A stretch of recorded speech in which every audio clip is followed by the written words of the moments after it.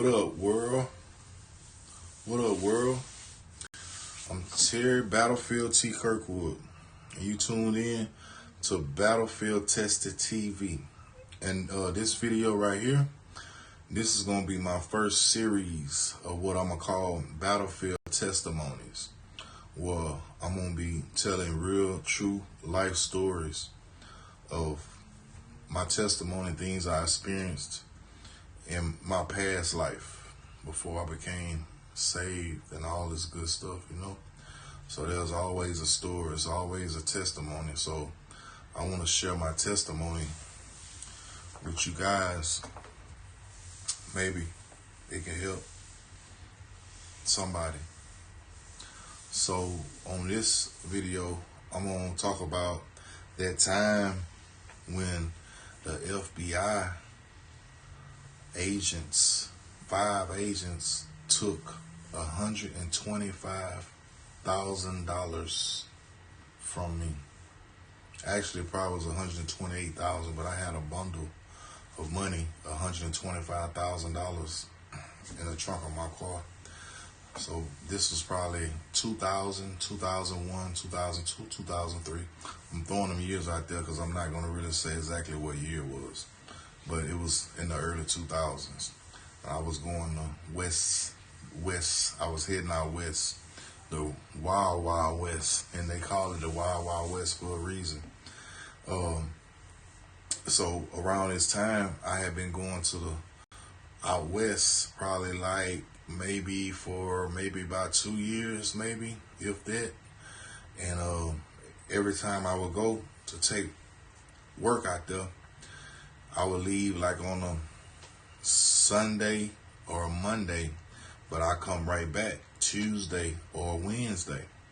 But this particular time, I got too comfortable, I got too relaxed, and here it is. I went on a Monday, made it there Monday, midday Monday, and it's Friday night. I'm still there, too comfortable, going against my strategy, breaking my own rules. Look what happened. All day Friday, I'm laid up with this female. We chilling. We doing our thing. She cooking. We chilling. We watching TV. We doing our thing. We watching TV. We doing our thing, if you know what I mean. So finally, Friday night around 9, 10 o'clock p.m., I get up, I take a shower. I'm like, I still got a few grams left. So what I do, I tell her, I was like, look, my car packed up, I'm ready to go. I said, but I'm probably going to stay another night. I want you to drop me off to the little hole-in-the-wall club up the street. She was like, oh yeah. She was all excited because I'm saying I'm staying another night. So I got her to drop me off at the little spot. And at this little spot, it's a hole-in-the-wall club / pool hall / a little gambling shack, where all the hustlers meet up at, hustlers and pimps, And I'm talking about Mississippi, I'm talking about California, I'm talking about Milwaukee, I'm talking about Dallas, I'm talking about, Georgia, I'm talking about Washington State, Washington, D.C., Baltimore, Chicago, Detroit. I done met all kind of people out west, that's all land out there, So you got all kind of people that been out there working and people coming out there to try to make money, especially in the streets. And so I'm in a little spot. So I got her to drop me off at the little spot. So I get out the car and I'm telling her, don't worry about me calling you. I'm gonna find a ride or whatever. It's all good. Just leave the key up under the mat like you usually do for me. So she burned off and I'm walking. I step up on the sidewalk, then I step up 2 steps to get to the little walkway to walk to the club. It's about 10, 15 yards. So I get to the door. It's a few people standing in the door. I'm standing in line. So probably like 10, 15 seconds later, I hear a car horn blow. and I hear a female saying, "What's up, T? T, what's up, T?" So I turn around and I look, and there's this other female that I was messing with. She had just got out the feds. She was on parole. She was a pimp, female pimp, and so me and her had been kicking it, spending a little time together off and on, over the past year or two that I was going out that way. So she had bought her a little white E300 Benz. So I walked to the car. She was like, "Come on, let me give you a ride." So I hops in the car. So we burning off. She was like, "Let's go stop by this such and such little boy and get us a Long Island iced tea and, whatever. So I'm like, okay, cool. But not even 30 seconds later, my phone rung. One of my partners telling me, he was like, "Bro, you need to get out of Dodge. The feds just jumped off of the top of the building. They was on the top of the club. They jumped off the top of the club. They tackled a dude who they thought was me, and they said my first and last name." Now, remind you, they tackled the wrong dude, because I'm 6'5", 300 plus pounds. It was another dude around that time that's around the same height and weight as me and same skin complexion. I got goals in my mouth. He got goals in his mouth. I got tattoos. He got tattoos. So they thought they had me. So, show you, that's how God works. No matter what, God will protect you. All you gotta do is just stay prayed up and stay believing. It's one thing I've been doing since I was a baby. And so when he told me that, I told her, I'm like, "Hey, my car is at old girl house." So she knew I was messing with this other chick anyway. But like I say, she was a female pimp. She know what's up. She cool. So anyway, I told her to drop me off. So I got her to drop me off. And I'm like, "Man, I got this work on me." I had like maybe 50, 60 grams, which I can really just throw that out the window, because when I'm thinking about, I got $125,000 in the trunk of my car and I'm free. I didn't get arrested. I can just say, forget this stuff. But I'm telling her I got it, and she was like, "What you want to do with it? You want?" I say, "Yeah, but you on parole." She's like, "Nah, I'll buy whatever you need me to do, baby." I was like, "Nah." I say, "Better yet, you can take it and do what you want to do with it." You know what I'm saying? So I got out the car. I hopped in my car. I burned off. 30 minutes later, I'm on I-10 East, trying to get back at least toward the Houston. So once I got on I-10, I felt a little better. But I drove probably another hour and a half. So all of a sudden, I seen it was a truck that got right up on my tail. And I noticed it for like 2-3 minutes. They stayed right on my tail. So I got in the fast lane. They got in the fast lane. I drove for about 2-3 miles. I got in the slow lane. They got in the slow lane. So all of a sudden, the red and blue lights hit. So when the red and blue lights hit, I hit my signal light. As soon as I hit my signal light, I'm in the slow lane. The truck went on the shoulder, pulled up on the side of me. So I put my window down, and they like follow me off the freeway. So I followed them up to the next exit. They jumped in front of me. So when they jumped in front of me, I put my window back up. I noticed in the rear view, it's another truck behind me on my tail, and they in the front. One truck behind me on the tail, now there's one in the front of me. So I followed them off.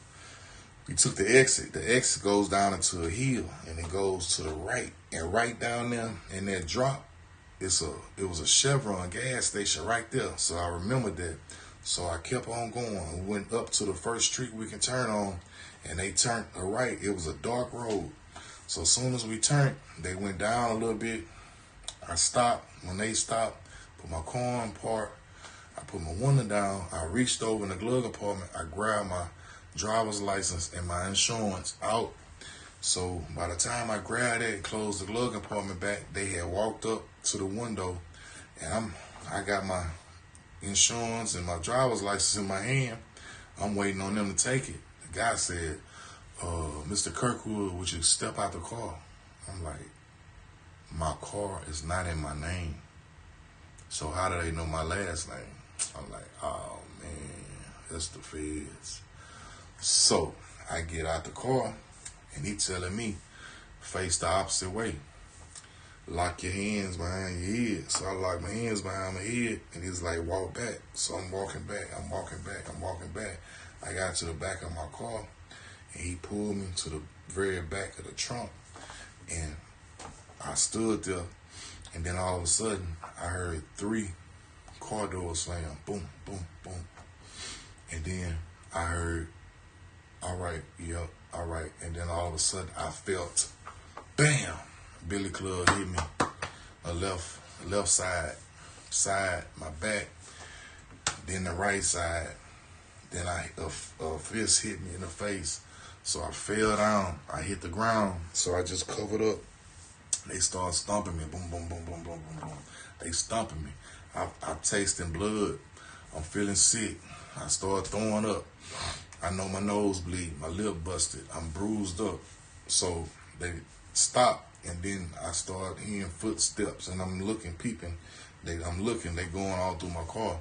So I probably after about 5-10 minutes, they left. Just backed out, didn't say nothing. So when I got up, I looked. I'm over like toward the side of the road like this. So the passenger side of my car, I'm looking, my door open. The front 4-door car I'm driving, my front passenger side door is open. So I walk around to close the door, and I step and I hit my spare tire. So I'm like, they got the money. I knew they had the money. So I grabbed my spare tire, put it back in the trunk, and I walked around. I closed my passenger side door. I came back around, and I had clothes and stuff all out on the ground, all on the side of the road. So I put all that stuff back in the trunk, closed the trunk. I closed my back driver's side door, and I hopped in my car and closed my door, started my car, put the car in drive, turned around, and when I started driving, bloom, bloom, bloom, bloom, bloom, I got a flat. So I put the car back in park, got out the car, looked, the back driver's side is on flat. So I remembered that Chevron station is only like up the street. So I pulled down that street, pulled on the main street, went down, pulled in the Chevron station, and got out, and I'm looking in the mirror because my windows were tinted, so I'm looking. I got some light now, so I'm looking. I had on a white t-shirt dirty and bloody. So I took my shirt, I'm wiping my face. I took the shirt off. I got clothes and stuff in the trunk. Took the shirt off. I wiped myself off as much as I can. I grabbed another shirt, put the shirt on. I grabbed my spare tire and my jack, and I fixed my flat, and man, I hopped back on the freeway. I had to drive, man. I was sore. My eye was black. My jaw was bruised. My bottom lip was busted. My nose was bleeding. It was busted. My ribs hurting, chest hurting, back hurting. Man, I was nauseated. I had to drive. It took me it was a 7.5-hour drive from there just to get to Houston. I still had to drive another 30 minutes past Houston to get to my destination. But I ended up making it. So, after telling you this story, I know a lot of times people be so gone and drunk and high off the glorifying, the street life and the drug life. But I lost money, and at that time, I was making a lot of money. That was just that one time I was making that money. That was just, I lost that money, but that was money I just made that week. I made it, was doing that like every week, every other 2 weeks, I was making that type of money. But I almost lost my life. I could have died. I could have got murdered, like anything. And what's crazy about that, less than a year later, I ended up getting custody of 2 of my daughters. One was like 6 and the other one was like 12. I got custody of my daughters like less than a year later, and I ended up raising them, taking care of them by myself with no wife, no girlfriend for 10 years, bro. So imagine if I would have lost my life. Where would my daughters be? If I had to take care of them for 10 years, for the next 10 years of their life, I had to take care of my 2 daughters. If I would have died that night, what would have happened to my babies? That's the type of stuff I be thinking about. And a year after that, my grandmother died. And my grandmother was the one that brought me home from the hospital when my mom died giving birth to me. And that's another story. I'm going to get into that too. But I was able to be there to bury my grandmother. You know? So now, yeah, I'm talking 125,000 in cash. I made that in a week. But is it worth the risk, bro? To go through stuff like that? No, it's not. A lot of people always glorifying the streets and glorifying stuff, but they ain't talking about the downside. You know, they ain't talking about the being robbed. They ain't talking about the getting shot. They ain't talking about the, you know, getting set up. They ain't talking about all that, you know? So, is it worth it? No, it's not worth it. So what I need y'all to do is tune in for the next video, which will be soon. I'm Terry, Battlefield T. Kirkwood. This is Battlefield Tested TV. And subscribe, hit the subscribe button, man. Subscribe to my channel. Because this is just one story of a million stories I got to tell. And all my stories are true stories. Stuff I really went through in life. This is the first story I'm actually telling on my YouTube channel. So if you want to hear more stories like this, content like this, and then other content of the other videos I got, I'm trying to motivate everybody to just do right and be right in life.